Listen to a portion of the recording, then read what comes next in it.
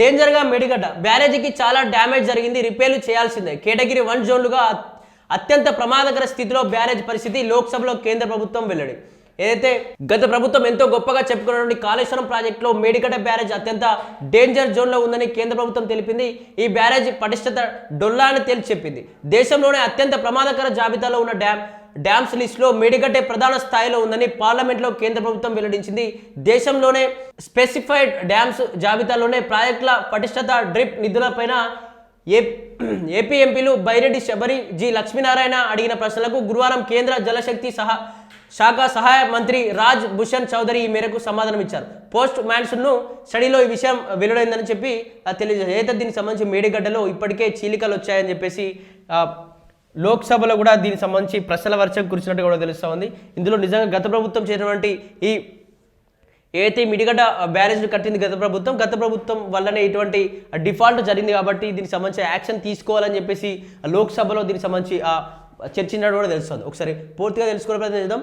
వానాకాలానికి ముందు రాష్ట్రంలోని మేడిగడ్డ సహా స్పెసిఫైడ్ డ్యామ్లకు టెస్టులు నిర్వహించారు. అందులో మేడిగడ్డ బ్యారేజ్కి డ్యామేజ్ చాలా తీవ్రంగా ఉందని, రిపేర్లు చేయాల్సిందేనని అధికారులు తేల్చి చెప్పారు. నీళ్లు నింపే పరిస్థితి లేదని, నింపితే కూలిపోయే ప్రమాదం ఉందని స్పష్టం చేశారు. బ్యారేజీ ప్రస్తుతం కేటగిరీ 1 జోన్లో అత్యంత ప్రమాదకరమైన పరిస్థితిలో ఉందని ఆ రిపోర్ట్లో స్పష్టం చేశారు. ఆ రిపోర్ట్లను ఎప్పటికప్పుడు స్టేట్ డ్యామ్ సేఫ్టీ అధికారులు, నేషనల్ డ్యామ్ సేఫ్టీ అధికారులు అథారిటీకి అందించాల్సి ఉంటుంది. అందులో భాగంగానే అధికారులు ఇన్వెస్టిగేషన్లో వెల్లడైన విషయాలను ఎన్డీఎస్ఏకి ఇచ్చారు. ఆ వివరాలను కేంద్రం పార్లమెంట్లో వెల్లడించింది.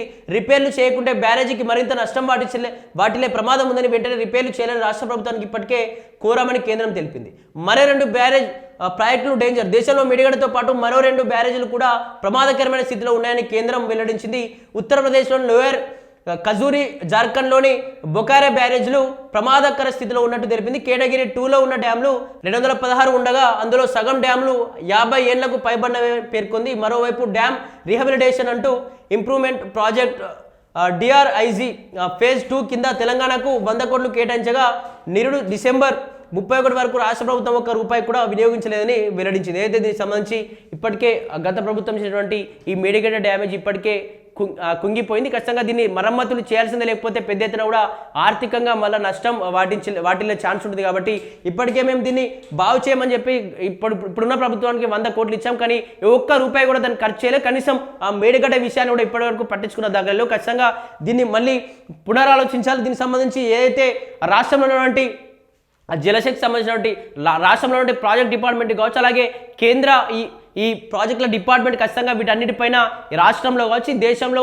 ఎక్కడెక్కడ ఎటువంటి డ్యామ్లోనే ఎటువంటి క్షీణించిపోయిన వాటన్ని వివరాలు కూడా ఖచ్చితంగా తీసుకెళ్లాలని చెప్పేసి ఆ లోక్సభలో పెద్ద ఎత్తున కూడా రాష్ట్ర ప్రభుత్వంపై కేంద్ర ప్రభుత్వం సీరియస్ అయినట్టుగా తెలుస్తుంది. చూడాలి మరి. ఇప్పటికే మేడిగడ్డ కుంగిపోయింది. మేడిగడ్డను పెద్ద ఎత్తున బాంబులు పెట్టి పేల్చింది కాంగ్రెస్ ప్రభుత్వం అని చెప్పేసి గత ప్రభుత్వ పాలకులు అయితే ప్రతిసారి చెప్తూ వస్తూ ఉన్నారు. దీనికి సంబంధించి లోక్సభలో అయితే ఈ మేడిగడ్డ ఇష్యూ కూడా రేజ్ అయిందని తెలుసుకోవచ్చు. ఈ రేజ్ అయిన విచారంలో ఖచ్చితంగా ఇప్పటికే 100 కోట్లు కూడా మేము రాష్ట్ర ప్రభుత్వానికి ఇచ్చినాం, దీన్ని సరిచేయమని చెప్పి. కానీ ఇప్పటికీ కూడా ఎటువంటి కట్టుదిట్టమైన ఏర్పాట్లు లేవు. కాబట్టి ఖచ్చితంగా రాష్ట్ర ప్రభుత్వం ఖచ్చితంగా దీన్ని బాగు చేయాల్సిందే, లేకపోతే పెద్ద ఎత్తున రాష్ట్రానికి నష్టం జరిగే ఛాన్స్ ఉంది అని చెప్పేసి కేంద్ర ప్రభుత్వం రాష్ట్ర ప్రభుత్వాన్ని హెచ్చరించినట్టు కూడా తెలుస్తూ ఉంది.